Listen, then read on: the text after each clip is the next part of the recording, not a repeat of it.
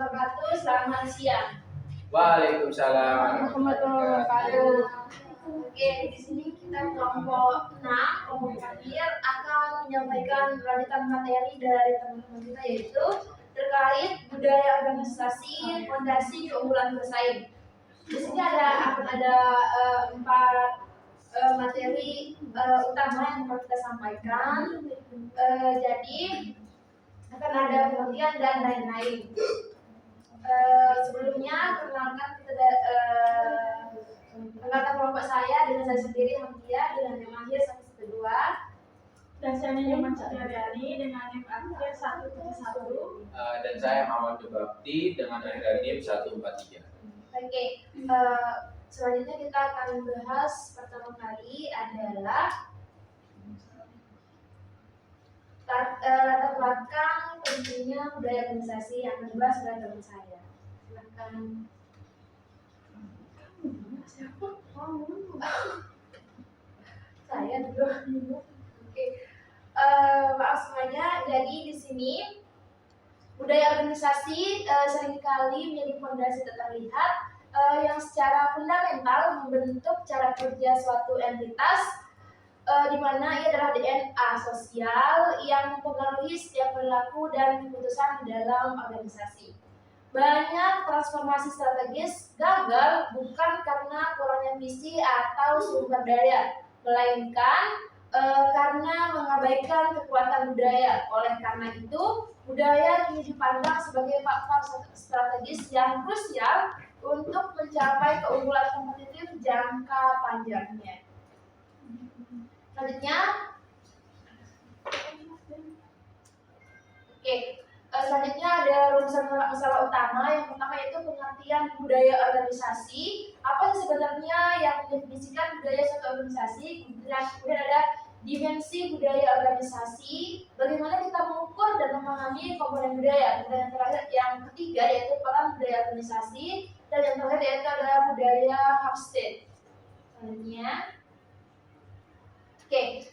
Tujuan pembelajaran kali ini yaitu untuk membekali audiens ataupun kami sendiri dengan pemahaman yang mendalam tentang budaya organisasi yang mencakup pengertian budaya organisasi secara komprehensif, dimensi budaya yang membentuk identitas suatu organisasi, menganalisis peran krusial budaya dalam kinerja dan strategi organisasi, dan memahami teori Hofstede.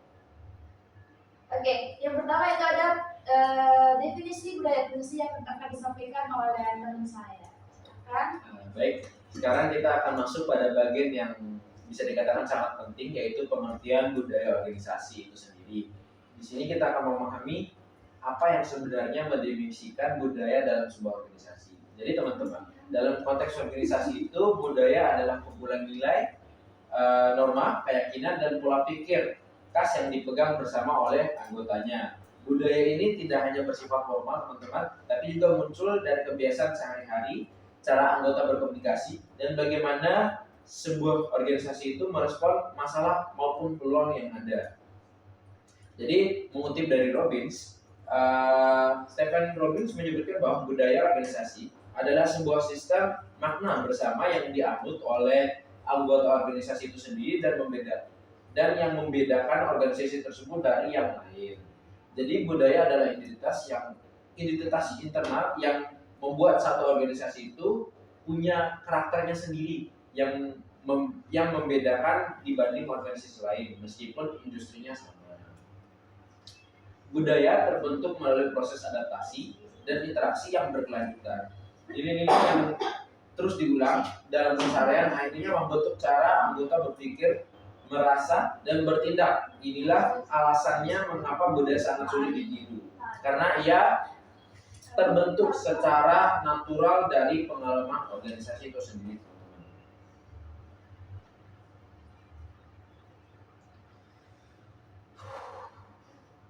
Nah, sekarang setelah kita mengerti apa sih definisi dari budaya organisasi, selanjutnya kita akan mengenal beberapa jenis dari budaya organisasi itu sendiri. Yang pertama adalah budaya konstruktif, di mana jenis yang pertama, budaya ini organisasi mendorong pengembangan diri kerjasama dan pencapaian yang positif. Karyawan didorong untuk saling mendukung, mengambil inisiatif, dan berorientasi pada pertumbuhan teman-teman. Yang kedua yaitu budaya pasif defensif, di mana budaya ini menekankan kepatuhan, keamanan, dan menghindari konflik. Karyawan cenderung mengikuti aturan secara ketat dan lebih memilih aman daripada mencoba hal yang baru, teman-teman. Selanjutnya itu budaya agresif defensif, yaitu di sini lingkungan kerja sangat kompetitif dan anggota cenderung mendorong pencitraan diri, perfeksionis atau konfrontasi. Jadi mereka tuh memilih tekanan untuk menunjukkan hasil yang juga lebih besar dibandingkan budaya lainnya. Nah, dalam organisasi yang cukup besar, sering munculnya subbudaya, teman-teman. Misalnya budaya departemen tertentu atau budaya dalam tim khusus. Budaya ini bisa memperkuat budaya utamanya atau kadang justru menciptakan dinamika yang berbeda. Mungkin itu aja yang bisa saya sampaikan. Saya alihkan ke teman saya lagi. Oke, di sini saya akan menyampaikan mengenai dimensi-dimensi budaya organisasi. Jadi pada dasarnya budaya organisasi itu memiliki 7 dimensi, di mana diantaranya ada inovasi dan resiko. Nah, dimensi inovasi dan pengambilan resiko ini menunjukkan sejauh mana sih seorang karyawan itu didorong untuk berpikir kreatif, mencoba hal-hal baru, dan berani mengambil resiko. Kalau manajer terbiasa memberi ruang untuk inovasi, jadi nantinya organisasi akan lebih mudah mencapai tujuan yang sudah ditetapkan. Yang kedua ada perhatian pada detail. Pada dimensi ini menunjukkan bagaimana organisasi mengharapkan karyawan untuk bekerja dengan teliti, akurat, dan memperhatikan hal-hal yang sekecil mungkin. Kerjaan sekecil apapun itu tetap penting karena semuanya berkontribusi pada tercapainya tujuan organisasi. Yang ketiga ada orientasi hasil. Nah, fokus utama pada dimensi ini yaitu pada hasil akhir, bukan pada cara atau proses yang digunakan. Manajer itu biasanya lebih menekankan pencapaian target dan semua sumber daya diarahkan untuk mencapai hasil tersebut. Yang keempat ada orientasi manusia. Dimensi ini menentukan sejauh mana keputusan manajemen mempertimbangkan pengaruhnya terhadap manusia atau individu, yaitu para karyawan. Organisasi tidak boleh menganggap karyawan sebagai mesin, karena mereka punya perasaan dan kebutuhan yang harus diperhatikan. Yang kelima ada orientasi tim. Nah, dimensi ini menekankan bahwa pekerjaan lebih banyak dilakukan secara tim, bukan secara masing-masing ataupun individu. Bahasa organisasi tentunya dilihat sebagai hasil dari kerjasama, karena itu semangat saling mendukung dan kolaborasi sangat ditekankan pada sebuah perusahaan atau organisasi. Yang keenam ada agresivitas. Dimensi ini menambahkan tingkat kompetisi dalam organisasi. Seorang karyawan didorong untuk lebih berani bersaing, bekerja cepat, dan menunjukkan kemampuan terbaiknya agar sebuah produktivitas itu meningkat. Dan yang terakhir ada stabilitas. Nah, dimensi ini tuh menekankan pentingnya kondisi kerja yang stabil, nyaman, dan tidak banyak gejolak. Stabilitas membuat karyawan lebih semangat dan produktif karena mereka bekerja dalam lingkungan yang aman dan tentunya nggak ada penuh konflik dan tuntutan. Selanjutnya ada indikator perilaku dalam dimensi budaya. Jadi setiap dimensi budaya itu terwujud dalam perilaku dan praktik sehari-hari kita. Di antaranya itu ada indikatornya, yaitu yang pertama inovasi dan pengambilan risiko. Adapun dua indikatornya itu dorongan untuk berinovasi dan dorongan untuk menghadapi tantangan. Untuk detail, indikatornya itu karyawan bekerja dengan teliti dan tugas karyawan itu dibuat dengan rinci atau detail. Yang ketiga ada orientasi hasil, yaitu ada dua indikator. Yang pertama dituntut untuk bekerja keras dan dituntut menghasilkan kualitas yang terbaik.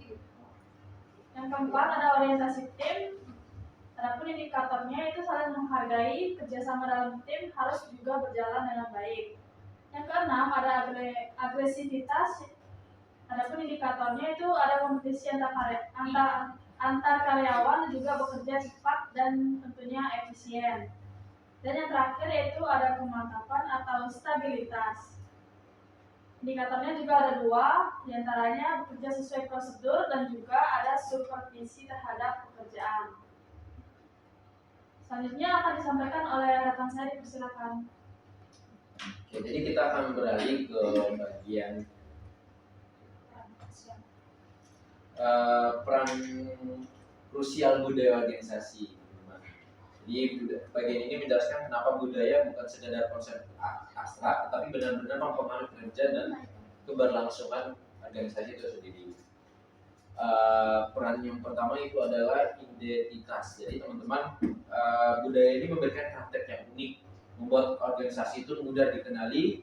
Ini seperti kepribadian dari organisasi itu sendiri. Yang kedua yaitu merek. Cara organisasi melayani pelanggan, mengambil keputusan, hingga berkomunikasi itu semuanya terhubung dengan budaya dan mempengaruhi cita merek mereka di khalayak umum.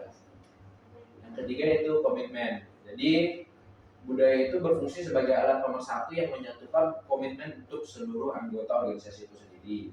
Jadi ketika budaya kuat, karyawan merasa bagian dari sesuatu yang lebih besar dan termotivasi untuk mendukung tujuan organisasi itu sendiri.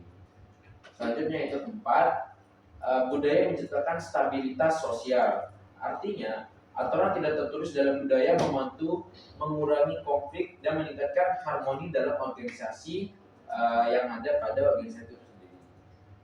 Yang kelima atau yang terakhir adalah budaya berfungsi sebagai panduan implisit yang mengarahkan perilaku anggota tanpa harus membuat aturan yang tertulis secara berlebihan. Budaya sudah cukup kuat untuk menjadi kompas bagi cara berpikir dan bertindak dari anggota organisasi itu sendiri. Jadi budaya organisasi itu bukan sekedar ornamen, teman-teman. Ia adalah fondasi yang menentukan bagaimana organisasi beroperasi, berkembang dan bertahan dalam jangka panjang. Mungkin itu aja yang bisa saya sampaikan terkait dari krusial budaya. Oke, baik, selanjutnya ada dimensi budaya Hofstede.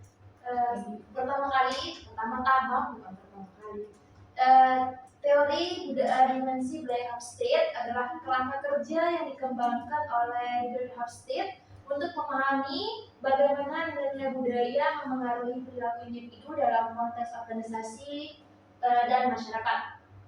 Awalnya, teori ini dikembangkan berdasarkan survei terhadap karyawan IBM di lebih dari 50 negara antara tahun 1967 sampai 1973. Nah, teori ini telah berkembang menjadi alat penting dalam bidang psikologi lintas budaya, manajemen internasional, dan komunikasi antar budaya. Nah, 6 dimensi budaya Hofstede yaitu yang pertama ada Power Distance Index atau PDI, di mana itu mengukur sejauh mana anggota masyarakat menerima distribusi kekuasaan yang tidak merata. Selanjutnya ada individualism dan kolektif, yaitu menilai apakah masyarakat lebih menekankan pada pencapaian individu atau kepentingan kelompok. Selanjutnya ada masculinity dan femininity, di mana itu menggambarkan preferensi masyarakat terhadap nilai-nilai seperti kompetensi dan pencapaian, kerjasama dan kualitas hidup. Kemudian ada uncertainty avoidance index, yaitu mengukur sejauh mana masyarakat merasa tidak nyaman dengan ketidakpastian dan ambiguitas. Dan ada long term dan short term orientation, yaitu menilai orientasi masyarakat terhadap masa depan dan masa kini atau masa lalu. Yang terakhir itu ada indulgence dan restraint, di mana itu mengukur sejauh mana masyarakat mengizinkan pemenuhan kebutuhan dan keinginan pribadi. Nah, teori Hofstede ini sangat relevan dalam konteks manajemen bisnis, manajemen lintas budaya, Misalnya dalam organisasi multinasional, pemahaman tentang dimensi budaya dapat membantu manajer menyesuaikan gaya kepemimpinan dan komunikasi mereka sesuai dengan nilai-nilai budaya lokal. Selanjutnya ada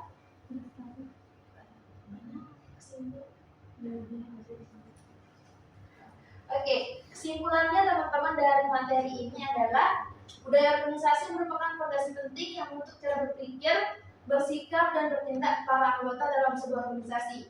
Budaya ini tercermin melalui nilai, norma, dan praktik kerja yang berkembang secara kolektif serta mempengaruhi aktivitas organisasi dalam mencapai tujuan. Mungkin hanya itu yang bisa kami sampaikan terkait budaya organisasi. Selanjutnya kami membuka sesi tanya jawab. Jika teman-teman ada yang belum memahami apa yang kami sampaikan. Oke, Mas Baron dan Mbak Leni silakan. Perkenalkan, nama saya Baron Piladwana, NIM akhiran saya 095. Jadi tadi kan sudah dijelaskan kalau budaya organisasi ini bisa meningkatkan motivasi kerja, betul? Jadi saya mau nanya, kayak gimana sih atau apa aja yang membuat karyawan itu merasa terlibat dan termotivasi dalam organisasi?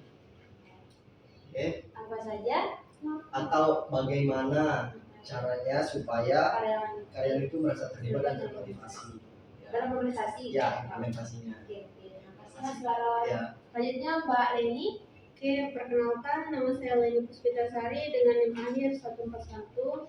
Jadi pertanyaan saya adalah, apakah budaya organisasi yang toksik itu selalu buruk untuk performa perusahaan, atau adakah di suatu kondisi tertentu di mana budaya kompetitif ekstrim ini tuh justru menghasilkan produktivitas sendiri? Bakal bisa dimengerti atau? Intinya tuh budaya toksik itu sama negatif atau ada positifnya gitu ya. Gitu. Terima kasih. Kami izin diskusi dulu ya.